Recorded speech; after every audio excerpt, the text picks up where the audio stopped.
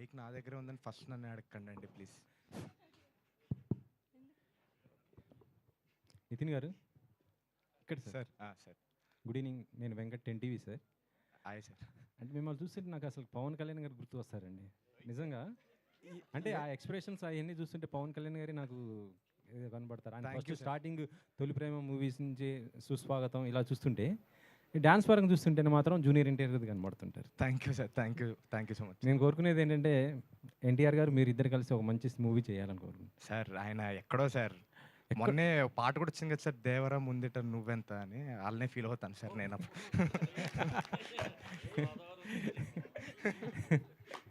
కానీ ఏదో రోజు మీరు కూడా అంత స్టార్ అవుతారండి. Thank you sir. సో అంటే మీకు ఈ కథ చెప్పినప్పుడు, అంటే బన్నీవాస్ గారికి చెప్పినప్పుడు ఆయన అసలుకి బాగా నవ్వి నవ్వి నవ్వి నొప్పి వచ్చాయండి. మరి మీకు చెప్పినప్పుడు మీకు ఎలా అనిపించింది అసలు? నాకు అలా అనిపించింది కాబట్టి ఈరోజు ఇక్కడ ఉన్నానండి. సో అంజి గారు ఆయన నరేషన్లోనే ఆ పవర్ ఉందండి, అంటే చూసినట్టుగా కనపడుతుంది అనమాట సినిమా. సో ఫస్ట్ ఆయన నరేట్ చేసినప్పుడు బీభత్సంగా నవ్వేశాను నేను కూడా. ఆల్మోస్ట్ ఒక 3 గంటలు విన్నాం కదా సార్ ఆ రోజు నరేషన్. సార్ 3 గంటలేం సార్, మీరు చెప్పకండి సార్. సో నవ్వుతూనే ఉన్నానండి కంటిన్యూస్గా. అంటే 3 గంటలు చెప్పారని చెప్పట్లేదు, మధ్యలో మేము నవ్వడానికి టైం తీసుకుంటున్నాం కాబట్టి అంతసేపు పట్టింది. సో తప్పకుండా అందరూ ఆడియన్స్ కూడా అలానే ఫీల్ అవుతారు, థియేటర్లో అలానే నవ్వుతారని భావిస్తానండి. వాసు గారికి సార్, యాక్చువల్లీ ఆగస్ట్ 15th మేము పుష్ప 2 అని ఎక్స్పెక్ట్ చేసాం అప్పుడు కదా, అందరం అదే అనుకున్నాం. ఇప్పుడు ఆయుధ అవగొట్టిన తర్వాత ఎలాగా మీరు నన్ను వేసుకుంటారు, నాకు క్లారిటీ ఉంది. ఫస్ట్ ఆయుధ అవగొట్టారు. అదే సార్. అంటే అంటే ఆ డేట్ని ఇది ఫుల్ఫిల్ చేస్తుందా అనేసి అంటున్నాను. అంటే ఆ రేంజ్లో ఈ సినిమా ఆడిద్యా ఎలా ఉంటుంది అనేసి ఏమండి మీరు అడుగుతున్న క్వశ్చన్లోనే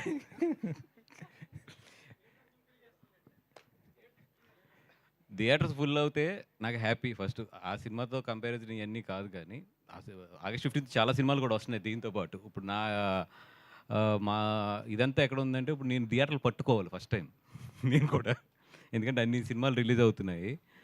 అండ్ సెకండ్ థింగ్ ఏంటంటే, ఆగస్ట్ 15 రిలీజ్ చేయడానికి దీనికి మెయిన్ కారణం ఏంటంటే, ఇప్పుడు ఇందాకే మన మిర్చి ఆయన మాట్లాడుతుంటే కూడా మాట్లాడుకున్నాం. ఈ రోజులో సినిమా బాగుంది అంటే అది మౌత్ టాక్ వెళ్ళి దాని తర్వాత స్లోగా రేజ్ అయ్యే సినిమాలు ఇవన్నీ కూడా. సో ఒక 1 వీక్ ఈ సినిమా బాగుంది అనేది జనాల్లోకి వెళ్తానికి టైం కావాలి మాకు.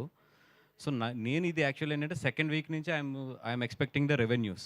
బట్ ఫస్ట్ వీక్ ఏంటంటే ఈ సినిమా చాలా బాగుంది అని వెళ్తానికి I need theatres to get the mouth talk వెళ్ళి సెకండ్ వీక్ జనాల్ని థియేటర్ తీసుకురావాలి. సో ఆ స్ట్రాటజీ మీదే 15th వేస్తే కనుక ఏంటంటే హాలిడేస్ ఉన్నాయి కాబట్టి 2-3 హాలిడేస్ ఎక్కువ. అండ్ రెండోది ఏంటంటే ఈ సినిమా ఫుల్ థియేటర్ మీద చూడవలసిన సినిమా. అట్లీస్ట్ ఒక 50% ఆఫ్ ద థియేటర్ ఉంటేనే ఈ సినిమా ఒక కిక్ తెలుస్తుంది. అందుకని చెప్పి కంపల్సరీ కొంచెం థియేటర్లు తక్కువ ఉన్నా టైట్ అయినా కూడా నేను ఏమంటుంది దేనికి కంపల్సరీ ఆ డేట్ వేయమని ఎందుకు చెప్తున్నానంటే, బికాస్ 50% థియేటర్స్ కంపల్సరీ మాకు వస్తాయి కాబట్టి, హాలిడేస్ కాబట్టి. అంతమంది ఉంటే ఎప్పుడు ఏంటంటే జనాలు ఎక్కువ ఉంటే లాఫ్ ఎక్కువ బాగుంటుంది. అందుకని చెప్పి స్ట్రాటజిక్గానే ఆ రోజు వస్తున్నాం. సోషల్ మీడియాలో ఒకటే ఇది ఇప్పుడు అంటే వస్తున్న న్యూస్ అంటే బన్నీ గారు సుకుమార్ గారిది ఇష్యూ నడుస్తుంది. ఫస్ట్ ఇది అవ్వకూడదు ఫస్ట్. అదే అంటే చెప్పండి, అంటే ఇది నిజమా లేకపోతే షూటింగ్ ఏం ప్రాబ్లం లేకుండా నడుస్తుందా ఏంటి అసలు? ఇప్పుడు నేను దాని గురించి మాట్లాడాను అనుకో, నా సినిమా మొత్తం ఈ మొత్తం వెళ్ళి దాని గురించి రాస్తారు. అంటే గడ్డం తీసేశారు, ఆ గడ్డం గురించి అని చెప్పేసి ఇక ఆయన ఆల్రెడీ మైక్ పెట్టి సార్ గడ్డం గురించి చెప్పండి సార్. అంటే టు బీ హానెస్ట్, నాకు మొన్న ఏదో ఆర్టికల్ ఎవరో ఫ్రెండ్ పంపితే చదివాను 2-3 ఆర్టికల్స్. అప్పుడు లోపల ఏం జరుగుతుంది అనేది బన్నీ గారు సుకుమార్ గారి తర్వాత ప్రొడ్యూసర్స్ తర్వాత అత్యంత సన్నిహితంగా తెలిసింది నాకే. It's a very very simple and చాలా మేము ఆ ఆర్టికల్ చూసుకుని నవ్వుకునే సిచ్యువేషన్లోనే ఉన్నాం మేము అందరం అయితే. రెండోది ఏంటంటే మాకు పబ్లిసిటీ బాగా వస్తుంది, free publicity, let it go అనేది ఉంది మాకైతే. It's a very clear editing. ఎందుకంటే బన్నీ గారి వర్క్ కరెక్ట్గా చూస్తే మాకు 15 డేసే ఉంది. ఒక క్లైమాక్స్ ఒక సాంగ్ చేయాలి ఆయన, అంతే. మిగతాదంతా అయిపోయింది. ఎక్కువ వర్క్ ఆయనది ఉంది, ఎవరిది ఆయనది ఉంది. ఎందుకంటే ఆయన డేట్ల మధ్యలో ఏప్రిల్ మేలో కొన్ని డేట్లు క్యాన్సిల్ అయినాయి అక్కడ. దానివల్ల ఏంటంటే ఎక్కువ వర్క్ అయింది మిగిలింది మాకు. బన్నీ గారి హానెస్ట్గా 15 డేసే ఉంది, 15 to 17 డేస్ అంత ఉంది వర్క్, అంతే. సో సుకుమార్ గారు అన్నది ఏంటంటే ఫస్ట్ ఆయన ఎడిట్ చేసుకుంటే, ఎందుకంటే ఇప్పుడు ఆయన క్లైమాక్స్ చేసేసిన తర్వాత మళ్ళీ ఏదైనా తీయాలి అని అంటే గడ్డం అనేది చాలా పెద్ద ఇది కాబట్టి ఫస్ట్ ఆయన ఎడిట్ చేసేసుకుని ఏదైనా ఫస్ట్ హాఫ్లో ఏదైనా సెకండ్ హాఫ్లో ఎక్కడైనా లింకులు ఉన్నా కూడా క్లైమాక్స్ ఆ సాంగు ఇవన్నీ కూడా ఒకేసారి షూట్ పెట్టుకుందాం అని చెప్పి ఆయన అనుకున్నారు. ఒక ఎడిటింగ్ అంటే 35 డేస్ గ్యాప్ ఉంది. అండ్ మధ్యలో ఈ నా 5 డేట్లు కూడా ఉన్నాయి. ముందు ఆయన వర్క్ కూడా అవగొట్టాలి. సో 35 డేస్ గ్యాప్ ఉన్నప్పుడు బన్నీ గారు ఆయన ఫ్యామిలీతో వెళ్ళడానికి ఇట్లీకి ఆయన ఏదో కరెక్ట్‌గా లెక్కేసుకొని 1 మంత్‌లో వచ్చేటట్లు గీసుకున్నాడు ఆయన. దాన్ని అసల బీభత్సం చేసి యాహ్! ఇప్పుడు ఇది ఎవరేమనుకున్నా దిస్ ఈజ్ ఫ్యాక్ట్. అండ్ సుకు అనే అతను బన్నీ గారికి గానీ, నాకు గానీ లైఫ్‌లో we have a special bonding. మేము అంటే అది ఒక చెప్పలేని ఎమోషన్ అంతే సుకు అనేది. ఇంకో 6 నెలలు షూటింగ్ తీసినా బన్నీ గారు వెళ్తారు అంతే అది. ఎందుకంటే పుష్ప అనేది వాళ్ళిద్దరి లైఫ్‌లో ఏంటి ఎంత రిమార్క్ అనేది వాళ్ళు దాని పుష్ప అనే ప్రోడక్ట్ వాల్యూ తెలియకుండా ఇక్కడి వరకు రారు. వాళ్ళు అంత జర్నీ చేసినోళ్ళు వాళ్ళు ఎవరు చిన్నపిల్లలు కూడా కాదు వాళ్ళిద్దరూని. సో ఏదైతే ఇది వస్తున్నాయో ఇవన్నీ కూడా జస్ట్ టు బి ఫ్రెండ్ మీరందరూ కూడా ఫ్రెండ్స్ కాబట్టి చెప్తున్నాను కానీ రాసుకోవడానికి వీటికి బాగానే ఉంటుంది కానీ బట్ ఇన్సైడ్ వాళ్ళిద్దరి మధ్యలో మాత్రం అసలు అట్లాంటిది లేదు.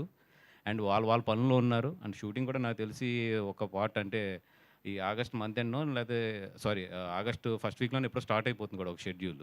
ఇవన్నీ కూడా ఎవరి పనుల్లో వాళ్ళు ఉన్నాం తప్పితే ఇది మాకైతే పెద్ద ఫాలో అవ్వట్లేదు దాన్ని. వాసు గారు అవునండి. Hello sir. ఇందాక మనం మాట్లాడుకున్నట్టు హ్మ్. 1 ఇయర్ బ్యాక్ హిందీ ఇండస్ట్రీ అంతా థియేట్రికల్ మొత్తం పోయింది అది ఇది అని చెప్పి చాలా అనుకుందాం మనం. వాళ్ళకి ఏంటంటే ఆ 8 వీక్స్ ఓటీటీ రూల్ అనేది బాగా హెల్ప్ అయింది. అవును. ఇప్పుడు జనాలు స్లోగా థియేటర్ చిన్న సినిమాలు కూడా ఆడడం స్టార్ట్ చేసినాయి. Yeah. మన దగ్గర ఏంటంటే మనం చాలా మాట్లాడుకుందాం, ఈ 8 వీక్స్ రూల్ మనం తేవాలనుకుందాము, చాలా చాలా ప్లాన్ చేశారు. బట్ ఏంటంటే ఆల్మోస్ట్ అప్పుడు ఎప్పుడైతే ఆ మీటింగ్స్లో ఉన్న ప్రతి నిర్మాత దాన్ని వైలేట్ చేసి 4 వారాలకే 5 వారాలకే కొంతమంది 21 రోజులకి ఈ మధ్యన అలా చేసుకుంటూ పోతున్నారు. ఓ పక్క ఏమో ఇప్పుడు మొత్తం ఓటీటీలు కొనడం మానేసినాయి, రేట్లు కూడా బాగా తగ్గించేసినాయి. ఇప్పుడు కూడా అలాంటి రూల్ తెచ్చుకోలేక మన థియేటర్కల్ బిజినెస్ని పెంచుకోలేకపోతే ఇప్పుడు ఇంకా ఎప్పుడు సస్టైన్ అవుతుంది ఇండస్ట్రీ? అంటే ఒకవేళ ఇప్పుడు ఏదైతే జరుగుతుందో థియేటర్స్లో ఇదే కనుక కొనసాగితే థియేటర్స్ విషయంలో అంటే అది ఎస్పెషల్లీ పెద్ద హీరోల సినిమాలు ఇట్లా లేట్ అయ్యి రావడం కానీ లేదంటే ఏదైతే ఈ ఓటీటీలో 20 డేస్ 21 డేస్కి ఇవ్వడం జరుగుతుందో ఇదే కనుక కంటిన్యూ అవుతే నా ఎక్స్పెక్టేషన్ ప్రకారం నెక్స్ట్ 3 ఇయర్స్లో ఇప్పుడు మనకి single screens I'm talking about 50% of the single screens వెళ్ళిపోతాయి. వెళ్ళిపోయిన రోజున థియేటర్కల్ బిజినెస్ అనేది అంటే ఇప్పుడు మనం ఏదైతే ఊహిస్తున్నాం ఇంక్లూడింగ్ పెద్ద హీరోలకు కూడా ఒక 30-40% థియేటర్కల్ బిజినెస్ పోతుంది. మరి ఇది అందరికీ తెలిసిన విషయమే, ప్రొడ్యూసర్లకు అందరికీ తెలిసిన విషయమే, మీడియాకి తెలిసిన విషయమే, అందరికీ తెలిసిన విషయమే. థియేటర్ సిస్టమ్ అనేది ఒక పక్కన కిల్ అయిపోతుంది అనేది. దీన్ని కరెక్ట్ చేయడానికి ఆల్రెడీ హిందీ ఇండస్ట్రీ కరెక్ట్ చేసుకుంది, మలయాళం ఇండస్ట్రీ చాలా బాగా కరెక్ట్ చేసుకుంది. మరి తెలుగు ఇండస్ట్రీ ఇంత పెద్ద ఇండస్ట్రీ అందరూ మాట్లాడుకుంటున్నారు కానీ ఎవరు ఎదురుకొచ్చి దీన్ని కరెక్ట్ చేద్దాం అనేది మాత్రం జరగట్లేదు. ఈవెన్ మొన్న పవన్ కళ్యాణ్ గారు మీటింగ్లో అందరూ కూర్చున్నప్పుడు కూడా ఆయన పవన్ కళ్యాణ్ గారు రాకముందు ప్రొడ్యూసర్స్ అందరూ డిస్కస్ చేసుకుని మనం అందరూ కూడా ఒక అడుగు వేయాలి, కంపల్సరీ మళ్ళీ జనాలని థియేటర్ తీసుకురావాలంటే కొంచెం ఓటీటీ గ్యాప్ పెంచాలి అని మాట్లాడుకుంటున్నారు. కానీ అట్ ది సేమ్ టైం వచ్చినప్పటికీ మళ్ళీ మన తెలుగు ఇండస్ట్రీలో ఉన్న బాధాకరం ఏంటంటే అందరూ మాట్లాడుకుంటాం, మళ్ళీ ఎవరు ఆఫీస్కి వెళ్తే వాళ్ళ సినిమా వాళ్ళదే, వాళ్ళ డబ్బులు వాళ్ళే. ఒక సినిమాకి వాళ్ళు ఏమైనా ఎక్కువ రేట్ ఇస్తే మొత్తం రూల్ అంతా కూడా బ్రేక్ అయిపోతుంది. ఇది ఒక ఛాంబర్ కూర్చుని ఒక థియేటర్స్ దగ్గర నుంచి ఎగ్జిబిటర్స్ కూడా కూర్చుని వీళ్ళందరూ కలిసి కట్టుగా దీన్ని ఒక ఎదరికి తీసుకెళ్తే తప్పితే ఇది అవ్వదు. అంటే నేను గవర్నమెంట్కి సజెస్ట్ చేసేది ఏంటంటే యాక్చువల్ ఫ్రాన్స్లో జరిగింది ఇప్పుడు నేను చెప్పబోయేది. ఫ్రాన్స్లో ఏంటంటే 180 డేస్ 100 డేస్ 120 డేస్ ఉంటుంది మినిమం. ఇది థియేటర్స్లో ఆడిన తర్వాతే ఇది ఓటీటీకి కానీ శాటిలైట్కి కానీ వెళ్ళాలనేది. వాళ్ళు ఎందుకు పెట్టారంటే అక్కడ ఉన్న థియేటర్ సిస్టమ్ చచ్చిపోతుంది, థియేటర్ కల్చర్ అనేది చచ్చిపోతుంది, దానివల్ల ఎంప్లాయ్మెంట్ చాలా పోతుంది రేపొద్దున అని చెప్పి ఫ్రాన్స్ గవర్నమెంట్ అది ఇంప్లిమెంట్ చేసింది. అట్లాగైతేనే వాళ్ళు ఇచ్చిన రేట్ బెనిఫిట్ కూడా అప్లై అవుతుందని చెప్పి అక్కడ కండిషన్ ఉంది. వాళ్ళు ఏదైతే థియేటర్స్కి రేట్స్ ఇస్తారో అట్లాంటిది ఏదైనా సిస్టమ్ కనుక మన గవర్నమెంట్ తీసుకొచ్చి ఇన్ని రోజులు కంపల్సరీ థియేటర్లో ఆడాలి, దాని తర్వాత నుంచే అదైతేనే రేట్స్ బెనిఫిట్ ఉంటుంది అని ఇలాంటి సిస్టమ్ ఏదైనా తీసుకొస్తే తప్పితే ఇక్కడ కరెక్ట్ చేయడం చాలా కష్టం. ఇక్కడ అంటే ఫ్యూ మంత్స్ బ్యాక్ మన ఇండస్ట్రీ నుంచి కొంతమంది రేవంత్ రెడ్డి గారిని కలిశారు. నాకు తెలిసిన దాన్ని బట్టి ఏంటంటే ఇండస్ట్రీకి ఏమేం కావాలో ఒక మీ అందరూ మాట్లాడుకుని ఒక లిస్ట్ ఒకటి తీసుకుని రండి చూద్దాం, అంటే చేస్తారో చేయరో అన్ని తర్వాత విషయాలు, కానీ తీసుకురండి అని అడిగారంట. ఈవెన్ పవన్ కళ్యాణ్ గారితో సహా కొన్ని ఇంపార్టెంట్ విషయాలు డిస్కస్ చేశారు. మీరు ఒక ప్రపోజల్ పట్టరండి అని. ప్రతి ఒక్కళ్ళు ప్రపోజల్ అడుగుతున్నారు. ఆ ప్రపోజల్స్ కూడా మీరు మాట్లాడుకుని మళ్ళీ తీసుకెళ్ళడంలో కూడా డిలే జరుగుతుందంటున్నారు. అవునండి. ఇది ఎగ్జాక్ట్‌లీ మీరు చెప్పింది రైట్. కళ్యాణ్ గారు కూడా చాలా క్లియర్‌గా ఆయన చెప్పింది ఏంటంటే, మీరందరూ అనుకుని ఇండస్ట్రీకి బెనిఫిట్ అయ్యే అంటే ఇండస్ట్రీ కలకాలం బాగుండాలి. అట్ ది సేమ్ టైమ్ జనాలను కూడా మీరు దృష్టిలో పెట్టుకుని, ప్రేక్షకులందరూ కూడా దృష్టిలో పెట్టుకుని, ఎట్లాగా ఈ రెండిట్ల మధ్యలో బ్యాలెన్స్ చేస్తారో అది బ్యాలెన్స్ చేసి తీసుకురండి అని చెప్పి ఆయన మీరు ప్రపోజల్స్ తీసుకురండి. దేంట్లో ఏది సాధ్యం, ఏది అసాధ్యం అనేది నేను ఆలోచిస్తాను. డెఫినెట్‌గా నేను చంద్రబాబు నాయుడు గారితో మాట్లాడి ఎదరు తీసుకెళ్తానని కూడా చెప్పారండి. అయితే ఏంటంటే అక్కడి నుంచి వచ్చిన తర్వాత ఆ మీటింగ్ జరగలేదు యాక్చువల్లీ. మొన్న కూడా చాలామంది ప్రొడ్యూసర్స్ కలిసినప్పుడు కూడా అనుకున్నాము. అదేంటంటే ఇప్పుడు దిల్ రాజు గారు, అరవింద్ గారు, మన సురేష్ బాబు గారు లాంటి వాళ్ళు కొంచెం ఏంటంటే అది ఇనిషియేట్ తీసుకోవాలి. తీసుకుని దాన్ని ఎదరికి తీసుకెళ్తే డెఫినెట్‌గా ఎందుకంటే అక్కడ కూడా ఇప్పుడు ఫ్రెండ్లీ గవర్నమెంట్ ఉంది ఇండస్ట్రీకి. ఇక్కడ రేవంత్ రెడ్డి గారు కూడా ఇండస్ట్రీలో మంచి మంచి రిలేషన్స్ ఉన్నాయి. ఇంకా ఇంత మంచి టైంలో కూడా మన ఇండస్ట్రీ నుంచి చేయించుకోలేకపోతే అది ఇంకా మన ఇండస్ట్రీ దురదృష్టం అని చెప్పుకోవాలి అంతే అది. Thank you. సార్ గత కొద్ది కాలంగా చూస్తే come to the cinema. Okay అండి. అంటే కొద్ది కాలంగా చూస్తుంటే మీరు అందరము పెద్ద హీరోలతోని సినిమాలు చేసి తక్కువ లాభాలు సంపాదిస్తున్నారు. మీరు మాత్రం చిన్న హీరోలతోని చిన్న హీరోలతోని తర్వాత సినిమాలు తీసి పెద్ద విజయాలు సాధిస్తున్నారు. ఏంటండి ఆ సీక్రెట్? సారీ నేను నాకు కాదనుకుని వినలేదు. సింపుల్గా అడగండి ఒకసారి. అంటే అందరూ పెద్ద హీరోలతోని భారీ బడ్జెట్ సినిమాలు తీసి తక్కువ లాభాలు నష్టాల్లో అట్లా ఉన్నాయి. కానీ మీరు మాత్రం చిన్న బడ్జెట్ సినిమాలు చిన్న హీరోలతోని అప్కమింగ్ హీరోలతోని సినిమాలు చేసి భారీ లాభాలు సాధిస్తున్నారు. ఏంటండి ఆ ప్లానింగ్ అని? అంటే ఇప్పుడు కల్కి లాంటి సినిమాలు కానీ ఇవన్నీ కూడా వాళ్ళు పెద్ద అమౌంట్ పెట్టి పెద్ద రిస్క్ తీసుకుని పెద్ద ప్రాఫిట్లే తీసుకుంటున్నారు. బట్ మేము అనుకున్నది ఏంటంటే ఆఫ్టర్ కరోనా ఎప్పుడైతే వచ్చిందో అంటే అలా వైకుంఠపురం అయింది కరెక్ట్గా అప్పుడే మాకు అయిన తర్వాత ఎప్పుడైతే కరోనా వచ్చిందో అరవింద్ గారు చేసిన సజెషన్ ఏంటంటే ఈ 3-4 years is a testing period. ఎటు వెళ్తుంది ఇండస్ట్రీ, ఎలా వెళ్తుంది ఏంటి అనేది. ఈ టైంలో I don't want to risk పెద్ద మనీ నేను రిస్క్ చేయలేను. సో స్లో అండ్ స్టడీగా వెళ్ళండి అని ఇప్పుడు మేము ఏదైతే స్టడీ ఈ 3 ఇయర్స్ కొంచెం స్లోగా వెళ్తూ స్టడీ చేసుకుంటూ వెళ్ళాము.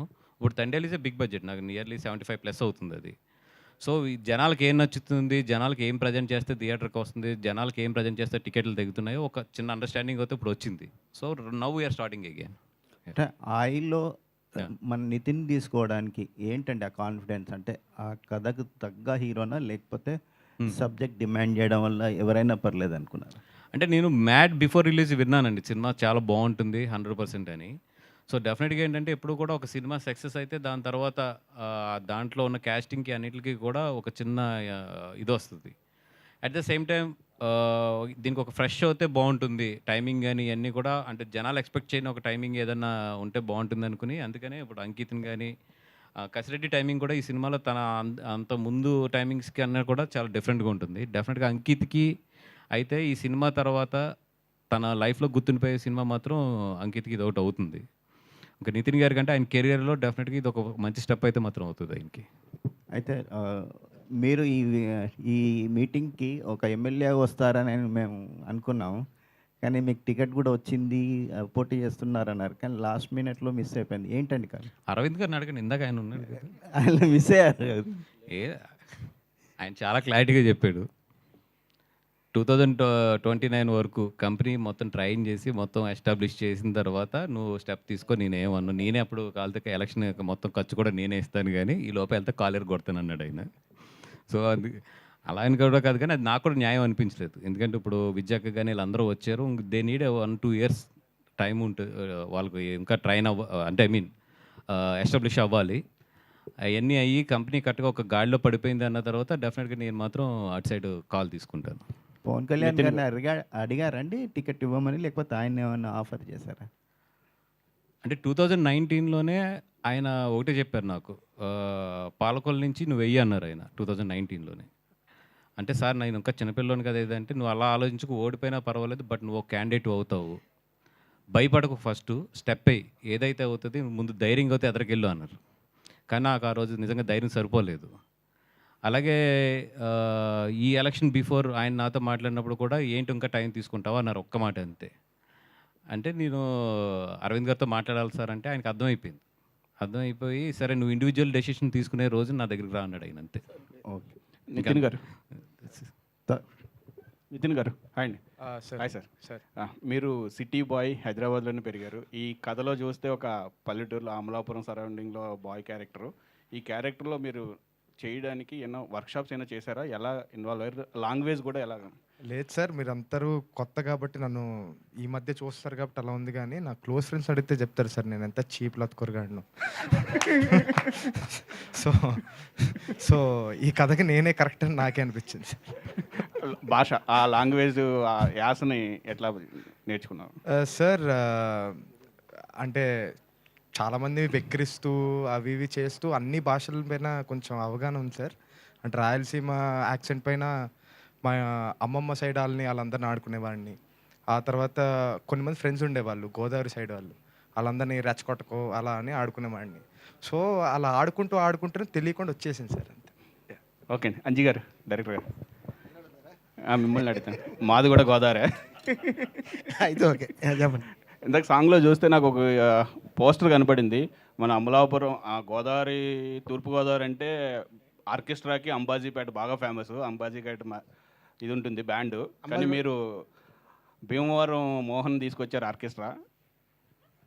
భీమవరం లింక్ ఏంటి? వాసు గారు, బన్నీ వాసు గారు ఏమైనా చేశారా? అది కాదు సార్, అది భీమవరం కాదు, వేమవరం. మోహన్ ఆర్కెస్ట్రా భీమవరం. మామూలుగా పెట్టామండి, యాక్చువల్ పేరు బాగుందని. అంజి గారు మీరు నిజంగా తెలీదు, ఉందా Mohan orchestra? Mohan orchestra Bhimavaram. Okay, ఆయనకి మంచి పబ్లిసిటీ అవుతుంది. సార్ మాది ఈస్ట్ గోదావరి కదా, అమలాపురం. నాకు తెలియదండి, మామూలుగా ఎవరో మా అసిస్టెంట్ ఎవరు పెట్టినట్టున్నాడు.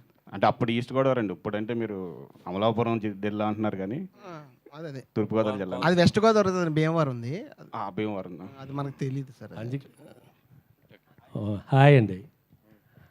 హాయ్, నా పేరు రాధా అండి. ఓకే ఆధాన్ మీడియా నుంచి అండి. Okay okay. హాయ్, మాది అమలాపురం అండి.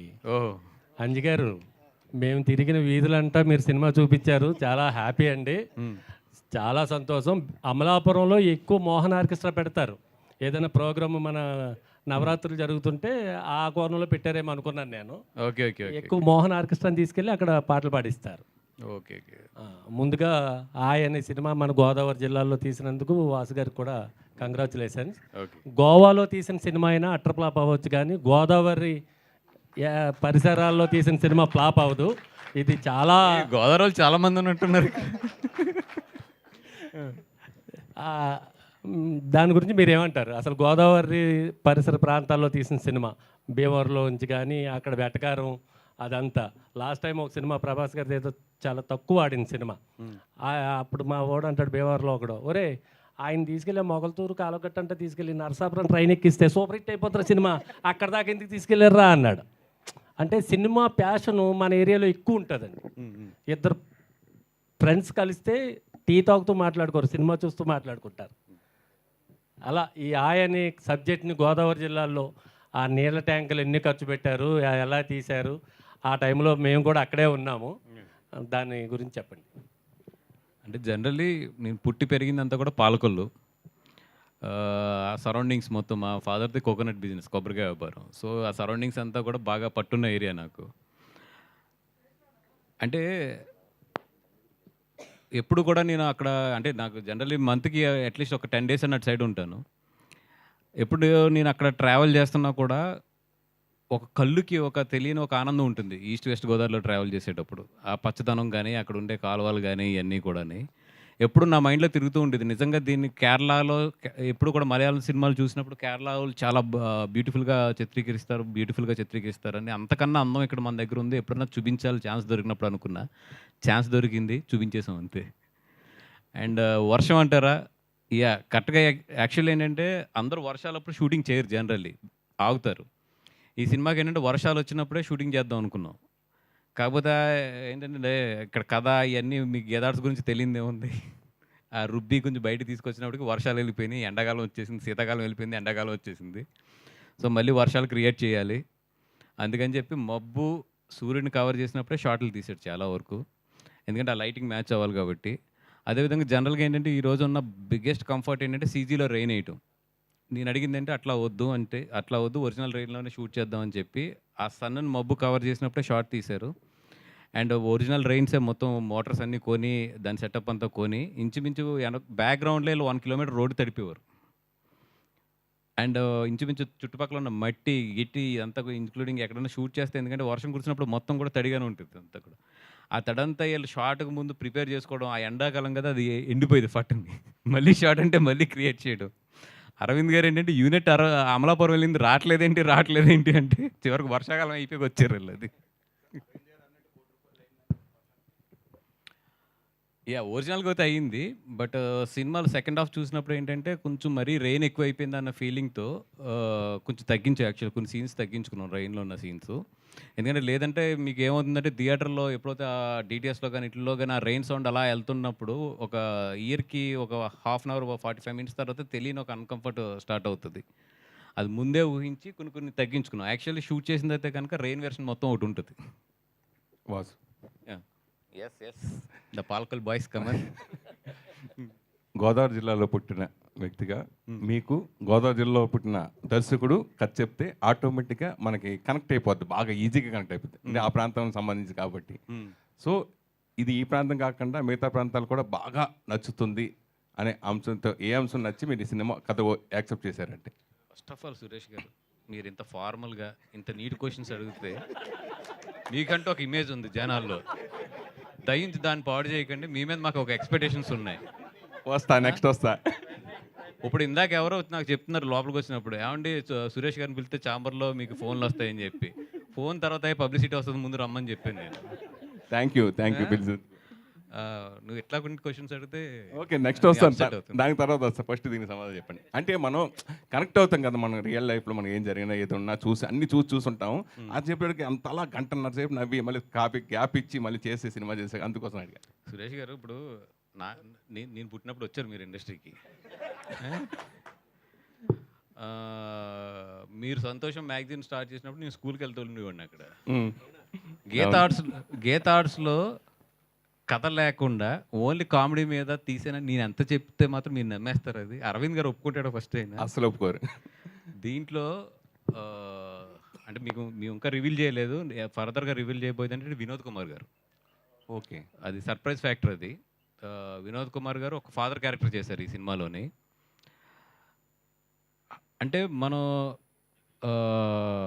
చాలామంది ఇళ్లల్లో అంటే అంటే కథకి సంబంధించిన మెయిన్ పాయింట్ అది నేను రివీల్ చేయకూడదు, కానీ 100% ఆయనతో వెళ్ళి క్లైమాక్స్ లాస్ట్ 15 మినిట్స్ ఏదైతే ఉందో, నేను ఎంత నవ్వినా కూడా last 15 minutes is my favourite part in the film.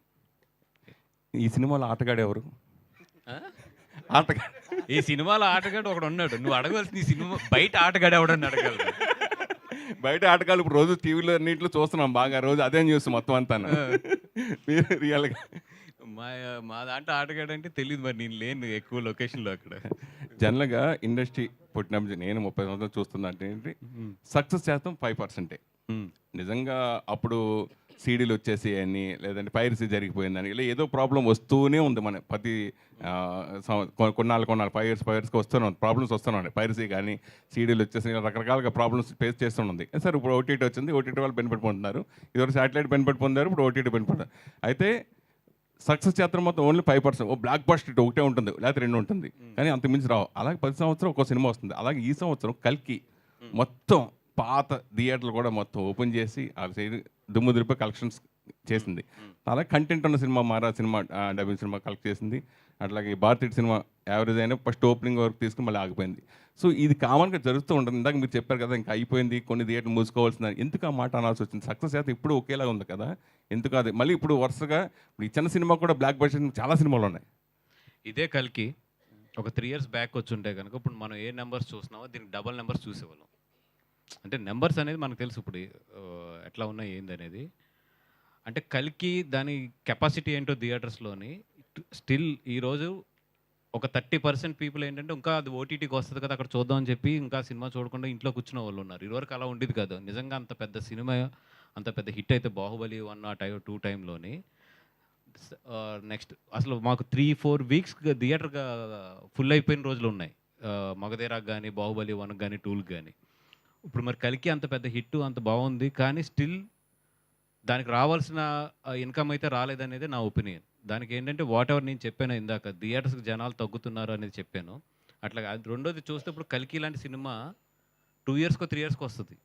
ఇప్పుడు మాకు నిజంగా చూస్తే డిసెంబర్ నుంచి మొన్న కలికి వచ్చే వరకు కూడా ఫస్ట్ టైం ఎగ్జిబిటర్స్, పెద్ద ఎగ్జిబిటర్స్ నేను చెప్పేది, ఎక్కడో చిన్న చిన్న ఎగ్జిబిటర్స్ కాదు, కరెంటు బిల్లు కట్టలేని సిచ్యువేషన్లోకి వెళ్ళిపోయారు వాళ్ళు. అంటే చాలా థియేటర్లు కలికి సినిమాకి రీఓపెన్ చేశారు. అవును, అందుకనే అడిగాను. రీఓపెన్కి అప్పు తీసుకొచ్చి కరెంటు బిల్లు కట్టి రీఓపెన్ చేశారు. ఇప్పుడు కొన్ని బీ సెంటర్స్ ఉంటాయి, ఏ సెంటర్స్ వదిలేసేయండి, బీ సెంటర్స్ ఉంటాయి. బీ సెంటర్స్లో ఇప్పుడు మేము డిస్ట్రిబ్యూషన్, ఇప్పుడు నా డిస్ట్రిబ్యూషన్లో కూడా ఉన్నాం కాబట్టి జనరల్గా మాకు ఏంటంటే వాళ్ళతో ఎప్పుడు కూడా రొటీన్ లెక్కలు ఉంటాయి, 1 lakh 2 lakhs అది.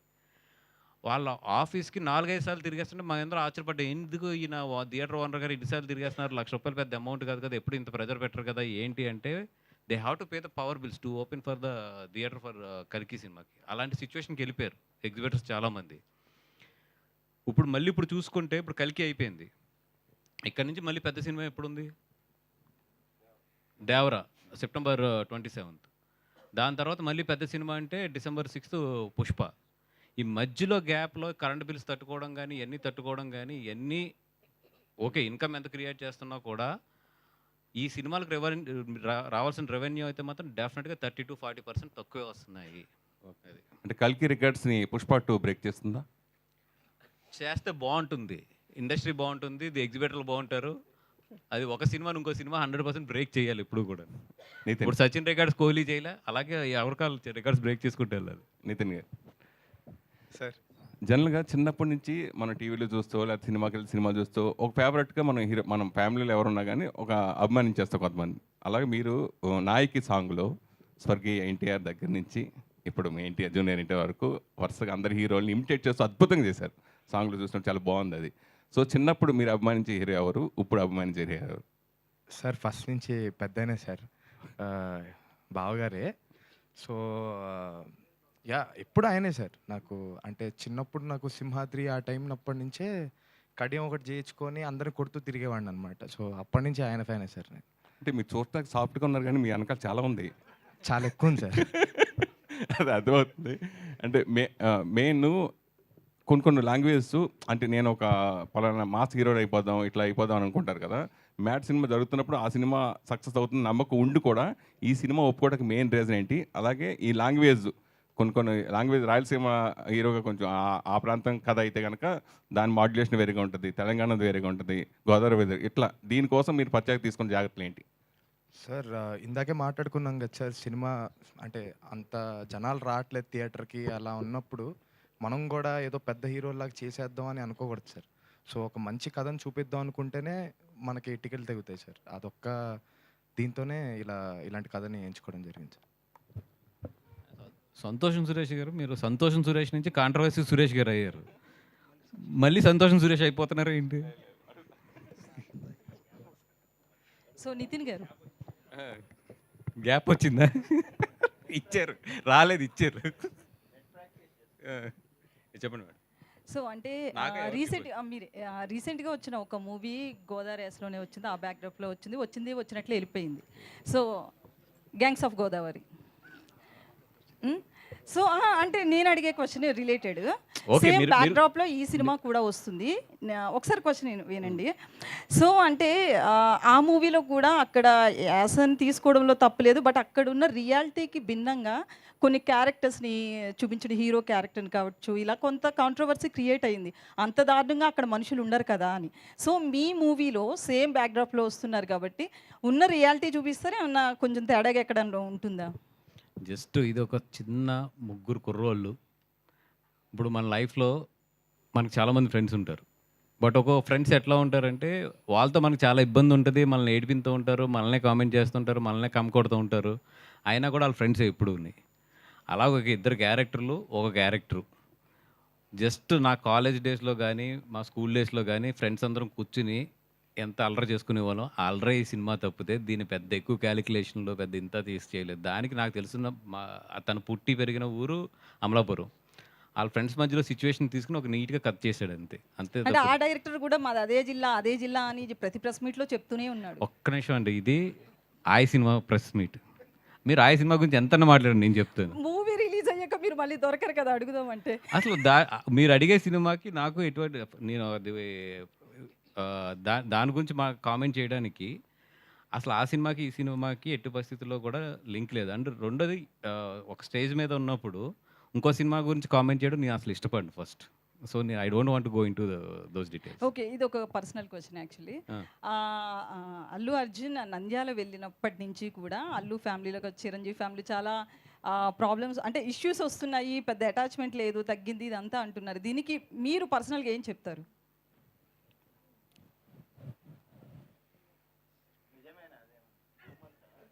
అంటే ఇందాక ఒక దానికి మీరు క్లారిటీ ఇచ్చారు కదా, అదంతా రూమర్ అని చెప్పి గడ్డం గురించి. సో ఇది కూడా అట్లేదనా, రూమరా లేకపోతే నిజంగా ఉందా? ఇప్పుడు కొన్ని సందర్భాల్లో ఒక ఫ్యామిలీలో కొన్ని సిచ్యువేషన్స్ వస్తాయి. బట్ మోర్ దాన్ ఎనీథింగ్ వాళ్ళ మధ్యలో ఉన్న రిలేషన్స్ కానీ వాళ్ళ ఫ్యామిలీలో జరిగిన సిచ్యువేషన్స్ కానీ ఇవన్నీ 20 years నుంచి చూస్తూనే ఉన్నాను నేను. చిరంజీవి గారు ఎప్పుడూ కూడా ఒక ఫ్యామిలీ కలిసి ఉండాలి. ఎందుకంటే ఇప్పుడు ఆయన బెంగళూరుకి ఆయన సంక్రాంతికి మొత్తం ఫ్యామిలీని అంతా కూడా పట్టుకెళ్తారు. ఆయన నిజంగా పట్టుకెళ్ళినప్పుడు చాలా ఖర్చు అవుతుంది, ఎందుకంటే వీళ్ళందరూ స్టార్స్ వెళ్ళి అక్కడ ఉండటం కానీ ఇవన్నీ కూడా. బట్ అందరికీ కుదిరిన ప్రతి సంవత్సరం కూడా ఆయన తీసుకెళ్ళి దాన్ని ఒక సెలబ్రేషన్ కింద చేస్తాడు ఆయన. దానికి మెయిన్ కారణం ఏంటంటే ఫ్యామిలీ అంతా కూడా కలిసి ఉండాలి. ఓకే, పిల్లలందరూ ఎదిగారు, వాళ్ళకి ఇండివిజువల్ ట్రాక్స్ ఉన్నాయి, ఎవరు ఎలా జరుగుతున్నా కూడా ఫ్యామిలీ అంతా కూడా కలిసి ఉండి వీఆర్ వన్ అనే ఒక మెసేజ్ బయట పంపించడానికి అయినా కొన్ని సిచ్యువేషన్స్ వస్తాయి. అది వాళ్ళు ఇండివిజువల్ డెసిషన్స్ తీసుకున్నప్పుడు కొన్ని సిచ్యువేషన్స్ ఫేస్ చేయవలసి వస్తాయి ఫ్యామిలీలో. అంత మాత్రాన ఇప్పుడున్న ఏదో తాత్కాలిక ఎమోషన్స్ వీటిని తీసుకుని ఈ మెగా ఫ్యామిలీ అనే దాన్ని ఇక్కడ ఈ present situation point of view చూడటం అనేది నాకు ఎందుకో పెద్ద తెలివైన డెసిషన్ అనుకోను. ఎందుకంటే I know them very well. వాళ్ళ బాండింగ్స్ ఎట్లా ఉంటాయి, ఒక సిచ్యువేషన్ వస్తే ఒకరికొకరు ఎలా నిలబడతారు, ఒక సిచ్యువేషన్లో ఒక సిచ్యువేషన్ చాలు ఇవన్నీ తీసేసి మీ అందరం ఒకటి అని చెప్పడానికి. Just I'm waiting for that time అంతే. బట్ మేము అందరం కోరుకునేది ఒకటి ఏంటంటే, వాళ్ళని చిన్నప్పటి నుంచి చూసాం కాబట్టి ఫ్యామిలీని అందరినీ కూడా మేము అందరం కోరుకునేది ఏంటంటే ఈ ఫ్యామిలీ ఎప్పుడు బాగుండాలి, బాగుంటుంది కూడా. ఇవన్నీ జస్ట్ పాసింగ్ క్లౌడ్స్ అంతే. Nithin garu, so mad movie కామెడీతో ఫుల్ ఎంటర్టైనర్ అది. సో మళ్ళీ మీరు సెకండ్ మూవీ కూడా ఆ టచ్లోదే తీసుకున్నారు. బేసికల్లీ అప్కమింగ్ హీరోస్ వీళ్ళంతా కూడా ఒక కమర్షియల్ మూవీ, ఆ ఫైట్స్ ఇట్లా ఉండాలనుకుంటారు కదా. సో సెకండ్ మూవీ కూడా కామెడీ ట్రాక్ ఎక్కువ తీసుకోవడానికి రీజన్ ఏమంటారు? అంటే ఫస్ట్ జనాల్లో అలవాటు పడిన తర్వాత ఏదన్నా చేద్దామనండి. కాకపోతే ఇప్పటికైతే నేనైతే కథనే ముఖ్యంగా చూస్తున్నాను. ఇంకేం కాదు, ఇలా ఫైట్లు ఉన్నాయా లేవా అవేం చూడట్లేదు, ముఖ్యంగా కథనే చూస్తున్నాను. సో కథ బాగుండడం వల్లే నేను అంటే కథ బాగుంటే ఏదైనా చేస్తానండి, ఏ సినిమా అయినా చేస్తాను. ఒక తక్కువ రోల్ ఉంది కానీ సినిమా హిట్ అవుద్ది అంటే కూడా చేస్తాను. లాస్ట్ 3 questions అండి ప్లీజ్. బన్నీవాసు గారు, ఒకే ఒక్క రిక్వెస్ట్ అండి మన మీడియా జనాలందరికీ. ఇప్పుడు నాకు ఇమ్మీడియట్లీ హెడ్డింగ్లు ఏం పడతాయో కూడా నాకు తెలుసు, ఆ ఎక్స్పీరియన్స్ ఉంది. దయించి నేను ఆయ గురించి ఖర్చు పెట్టాను ఈ స్టేజ్ అంతా కూడా. నాకు ఆయ గురించి అడుగుతామండి. ఓకే, ఈ సినిమా చూస్తే ముగ్గురు కుర్రాళ్ళు కదా, ముగ్గురు కుర్రాళ్ళు అంటే జాతిరత్నాలు గుర్తొస్తుంది. అందులో కూడా ఫన్, కథ ఎక్కువ ఉండదు. ఇందులో కూడా కథ ఎక్కువ ఉండదని చెప్తున్నారు మీరు. ఇది ఆంధ్ర జాతిరత్నాలు అనుకోవచ్చా? అయితే హ్యాపీ, సూపర్ హ్యాపీ. ఇంక జాతిరత్నాలు లాంటి సినిమా ఒకవేళ ఆంధ్ర సైడ్ నుంచి వస్తాయి కనుక, ఎందుకంటే జాతిరత్నాలు తెలంగాణలోనూ బాడింది, ఆంధ్రాలో కూడా చాలా బాడింది. ఒకవేళ నిజంగా ఇది ఆంధ్ర జాతిరత్నాలు అయితే అంతకన్నా కావాల్సిందే ఉంది. నితిన్ గారు హియర్ సార్. సార్ అనొద్దన్నా. యాక్చువల్లీ మీరు ఇంట్రోవర్ట్లా నటించడానికి కారణం ఏంటి? నటించడానికా? నటించట్లేదంటే ఇన్ని మందిని చూసేటప్పుడు అంటే అలా అయిపోతున్నాను అనమాట అంతే. Okay, one more question. First cinema చాలా బాగా ఆడింది, లూప్లో చూస్తున్నారు ఓటీటీలో. అండ్ ఈ ఫిలింకి వచ్చేసరికి మీరు ఎందుకు సింగిల్గా రావటం లేదు, ఇలా గ్రూప్ ఆఫ్ ఫ్రెండ్స్తో ఎందుకు వస్తున్నారు ఆడియన్స్ దగ్గరికి? లేదండి, అలా ఏం లేదు. కథ మొత్తం బేసిక్గా కథలోనే ఫ్రెండ్స్ అలా ఉంటారనమాట. సో మరీ అలా ముగ్గురు హీరోలు కథలాగా కాదనమాట ఇది. కథ నడుస్తూ ఉంటే ఫ్రెండ్స్ కూడా చాలా ముఖ్యమైన పాత్ర వహిస్తారు. అది మీరు ఇందాక అన్నారు కదా, నా అంత లేకిగా నేను దగ్గర ఉండే వాళ్ళకి అడిగితే చెప్తారు అని అండి. సో అలాంటి మూమెంట్స్ ఈ ఫిలింలో ఏమైనా చూడొచ్చా మేము? చాలా అండి, చాలా చూడొచ్చు. మేము ముగ్గురం కలిసి ఏ సీన్లో ఉన్నా సరే అది అలానే ఉంటుంది. Thank you. కొంచెం భారీ క్వశ్చన్లే ఆన్సర్ చేశారు. ఇప్పుడు ఒక లైట్ క్వశ్చన్ యాక్చువల్లీ బయటికి వెళ్ళగా ఎలా ఉంటుందో చూడాలి, లోపల మైండ్లో అయితే రన్ అవుతుంది. ఐ హోప్ బాగా మేనేజ్ చేశారు బాగానే అనుకుంటా. మేనేజ్ చేశారు. అల్లు అర్జున్ గారి నెక్స్ట్ లైనప్ గురించి అందరు పెద్ద హీరోలకి లైనప్లు అన్నీ ఫిక్స్ అయిపోయినాయి కదా. నెల్సన్ గారు అంటున్నారు, అప్పట్లో అట్లీ గారు అన్నారు, ఇప్పుడు త్రివిక్రమ్ గారు అంటున్నారు. దాని గురించి ఏమైనా చెప్పగలుగుతారా? అంటే ఏం లేదండి, ఇప్పుడు Pushpa December 6th release, first August 15th అనుకున్నాం కదా. సో అప్పుడు ఏంటంటే ఒక ప్లానింగ్ ఉండేది. ఇప్పుడు December 6th వెళ్ళింది కాబట్టి కొంచెం ప్లానింగ్స్ అన్ని చేంజ్ అవుతున్నాయి. నాకు తెలిసి ఈ మంత్ ఎండ్కి ఒక క్లారిటీ వచ్చేస్తుంది వాటి మీద. త్రివిక్రమ్ గారు ఏదో ఒక మంచి, ఆయన ఇప్పుడు దాకా టచ్ చేయని ఒక జోనర్లో ఒక లైన్ చెప్పారు, బాగా ఎక్సైటెడ్గా ఉన్నారు బన్నీ గారు అని తెలిసింది. అవునండి, అది లైన్ అయితే ఫిక్స్ అయిపోయింది. ఓకే. దట్ ఫిలిం భారీ బడ్జెట్ అది. ఇప్పుడు ఆ ఫిలిం భారీ బడ్జెట్ చేయడానికి చిన్నబాబు గారు కానీ అరవింద్ గారు కానీ వీళ్ళందరూ వెళ్ళి ఇప్పుడు ఫైనాన్సెస్ని కార్పొరేషన్ ఎత్తుక్కోవాలి, అంత భారీ బడ్జెట్ అది. Okay, first pan India film మన త్రివిక్రమ్ గారికి. అంటే ఆయనకు ఆ క్యాపబిలిటీ ఉందనేది బన్నీ గారికి బాగా నమ్మకం త్రివిక్రమ్ గారి మీద. సో వీళ్ళిద్దరు ఎప్పుడు ఒక 2 years నుంచి మాట్లాడుకుని ఒక కాన్సెప్ట్ అయితే ఫిక్స్ అయ్యారు. It's a more than story, I can say it's a concept. అది ఫిక్స్ అయ్యారు. బట్ దాని బడ్జెట్కి, దాని ప్రీ ప్రొడక్షన్కే మాకు 1.5 year టైం పడుతుంది. అట్ ద సేమ్ టైం దాని ఫండ్స్ కలెక్ట్ చేయడానికి కానీ అన్నిటికీ కూడా డెఫినెట్గా it's a very big project. Looking forward అండి. అంజి గారు ఇక్కడండి. మైసెల్ఫ్ హేమమాలిని అండి. ఫస్ట్ ఆఫ్ ఆల్ నేను వెస్ట్ గోదావరి అమ్మాయిని. సో మేము ఫ్రెండ్స్ అండి అంటే బాగా కనెక్ట్ అయిపోతాం. సో అంటే ఈ కథని మీరు వాసు గారికి చెప్పడానికి, అంటే ఆయన ముందు నుంచి అంటున్నారు మేము 3 గంటలు విన్నాము, కడుపుబ్బ నవ్వేసింది, ఇక్కడ పట్టేసింది, బొగ్గులు పట్టేసింది అని చెప్పి అంటున్నారు. సో ఈ కథలో ఎలాంటి ఎలిమెంట్స్ని, అనేది ఒక ఎమోషన్ ఫర్ గోదావరి వాళ్ళకి. అంటే మనం బాధలో ఉన్నా, హ్యాపీలో ఉన్నా, సంతోషంగా ఏమున్నా కానీ ఆ సిచ్యువేషన్లో ఆ స్లాంగ్ అలవాటైన వాళ్ళకి అది చాలా ఈజీ. సో ఈ ఆయలో మీరు ఎన్ని ఎమోషన్స్ని చూపించాలనుకుంటున్నారు? అండ్ మీరు బన్నీవాసు గారికి అంత ఈజీగా ఆయన నవ్విచ్చేసే అంత, అంటే మీరు ఆన్ స్టేజ్ కూడా బాగా నవ్విచ్చేశారు. సో అప్పుడు ఆయన దగ్గరికి వెళ్ళి కథ చెప్పడానికి ఏం ప్రిపేర్ అయ్యారు? ఈ టెక్నిక్ చెప్పనా నేను? బన్నీవాస్ గారికి కథ చెప్తే గమ్మున ఒప్పుకోవడం అనేది ఇండస్ట్రీలో బాగా ఎక్కువ ఉంటుంది, లేదా ఆయన టైం తీసుకుంటాడు బాగా చెప్పడానికి. కానీ అందుకని కథ చెప్పకుండా ఫన్ చెప్పుకొచ్చాడు మొత్తం, నాకు ఇష్టం వద్దని చెప్పి. యాక్చువల్గా ఈ కథ కొన్ని నెరేషన్స్ అయిన తర్వాత కొంతమంది దగ్గరికి యాక్చువల్గా అదే చెప్తున్నప్పుడు ఎవరైనా నాకు ముందు ఎక్స్పీరియన్స్ ఏంటంటే, నెరేషన్ చెప్తున్నప్పుడు కొంతమంది మనం చాలా ఫన్ అయినా కానీ ఎమోషన్ మాకు చెప్తుంటే మధ్యలో ఏదో ఫోన్ వస్తుంది, ఇలా చూస్తుంటారు. ఇలా రకరకాల కొన్ని ఎక్స్పీరియన్స్ చూసాను. కానీ ఫస్ట్ టైము ఈ కథ చెప్తున్నప్పుడు సరే బన్నీవాస్ గారు లాంటి పిలిచాడు, వెళ్ళి చెప్తున్నాం అన్నప్పుడు నాకు ఎక్కడ బాగా నచ్చిందంటే, ఈయన ఇంత మంచి పొజిషన్లో ఉండడం కారణం ఏంటంటే, ఫస్ట్ అన్నీ అడిగాడు అంత మామూలుగా అది ఇది అడిగిన తర్వాత చెప్పినప్పుడు 1 నిమిషం అని చెప్పి ఫోన్ సైలెంట్లో పెట్టి ఇట్లా కూడా పెట్టకుండా ఇట్లా పెట్టాడు. అప్పుడే ఫిక్స్ అయ్యా ఈ సినిమా నాకు ఓకే అవుతుందని. అంటే ఇంత జెన్యున్గా ఇంత ఇదిగా వినటం మాత్రం నా ఎక్స్పీరియన్స్లో ఫస్ట్ టైం. ఈయన చెప్పిన తర్వాత ఏదో ఒక చిన్న ట్యాగ్ లైన్ ఉంటుంది, అక్కడ చిన్న కిసిక్ నవ్వాడు, ఓహో దీనికి ఎంత కనెక్ట్ అయితే మన సినిమా వర్కౌట్ అవుతుంది అని చెప్పి వరుసగా ఆయన వీక్నెస్ అర్థమైపోయింది మీకు. అది అర్థమైంది.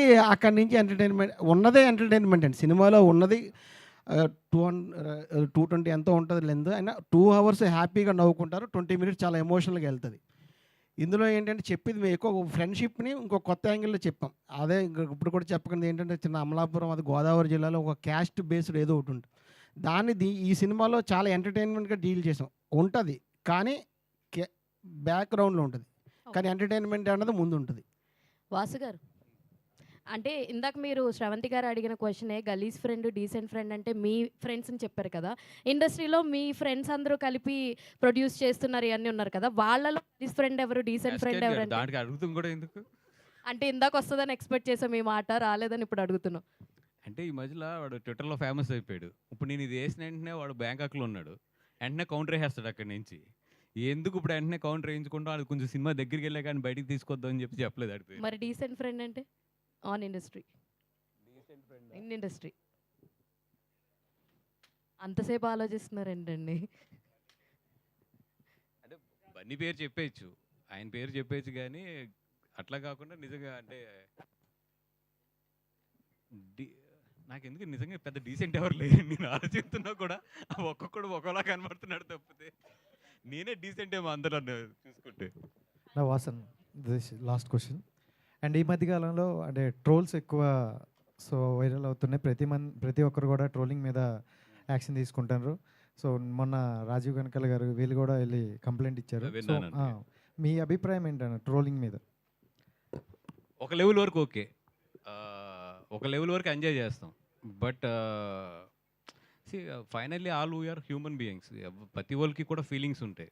అది శృతి మించుతున్నప్పుడు మాత్రం డెఫినెట్గా ఇప్పటికే వీళ్ళందరూ లేట్ అయ్యారు ఇది రియాక్షన్ అనేది. ఇదే కనుక కొంచెం ఎర్లీగా వచ్చుంటే ఇంతవరకు వచ్చేది కదా situation. Not only film industry, even political కూడా నేను చూస్తాను కదా. నేను ఏదో జనసేన నుంచి చెప్పట్లేదు, అన్ని పార్టీల నుంచి కూడా కొన్ని ట్రోలింగ్స్ చూస్తున్నప్పుడు, అవతల పార్టీ వాళ్ళని ట్రోలింగ్స్ కూడా చూస్తున్నప్పుడు మాకే బాధేస్తుంది. అరే ఏంది ఇది, మరి ఆడపిడ్డల మీదకి వీళ్ళ మీదకి ఎట్లా వెళ్తున్నారు అనేది. ట్రోలింగ్ నిజంగా ఏంటంటే నవ్వుకోవడానికి హెల్తీగా ఉన్నంత కాలం వెరీ గుడ్. బట్ అది ఒక లెవెల్ దాటి వెళ్ళిపోతుంది. అది somewhere we have to control this. అంటే ఇందాక మీరు అన్నారు కదండి, మాకు పబ్లిసిటీ వస్తుంది కదా అని. అంటే ఆ పబ్లిసిటీ వస్తుందని మీరు వదిలేయడం వల్లే వాళ్ళు ఇంకా ఎక్కువ ట్రోల్ చేస్తున్నారని అనుకోవచ్చు. అదేనండి, వీళ్ళకి ఏంటంటే ఇప్పుడు కొన్ని సంస్థలు ఉన్నాయి. మాది ఇప్పుడు ఎస్పెషల్లీ నాది చూసుకుంటే ఎప్పుడు కూడా నేను నాకు తెలిసి నేను అనుకోవడం ఏంటంటే మ్యాక్సిమం ఒక లెవెల్ దిగి వెళ్ళకూడదని చెప్పి. బెల్ట్ ఒక లైన్ వరకు పర్వాలేదు, దిగి వెళ్ళకూడదు అనేది నా మోరల్గానే నేను ఒప్పుకోను జనరల్గా పబ్లిసిటీ విషయాల్లో వీటిలో నేను కూడా. ఇందాక అందుకే ఆవిడ నన్ను ఎంత పుష్ చేసినా కూడా నేను చాలా క్లారిటీగా చెప్పాను, ఇంకో సినిమా గురించి నాకు కంఫర్ట్ ఉండదండి మాట్లాడతాం అనేది. మీరు అడిగిన దాంట్లో ఏంటంటే పబ్లిసిటీ విషయంలో కొంతమంది సినిమాలు ఏంటంటే ఇది నెగిటివ్ అయినా పాజిటివ్ అయినా కూడా పబ్లిసిటీ వస్తుందని చెప్పేసి వదిలేశారు. ఇప్పుడు పాయిజన్ అనేది ఎంటర్ అయిన తర్వాత బాడీ అంతా పాడు చేస్తుంది. ఇప్పుడు పాడు చేసేసింది బాడీ అంతా. అట్లీస్ట్ ఇప్పుడన్నా వీళ్ళు అది లెగిసి రియలైజ్ అయ్యి కరెక్ట్ చేసుకుంటే బాగుంటుంది. లేదంటే అది చివరికి ఏమవుతుందంటే ఇప్పుడు సెలబ్రిటీస్ దగ్గర ఉంది ట్రోలింగ్ అనేది. రేపు పొద్దున్న స్ట్రీట్స్లోకి మిడిల్ క్లాస్ ఇళ్ళలోకి వెళ్ళిపోయినప్పుడు చాలా ప్రాబ్లం వస్తుంది అది. Thank you to all the media. Thank you so much. Soon teaser లాంచ్లో, ట్రైలర్ లాంచ్లో మళ్ళీ కలుద్దాం. Thank you so much.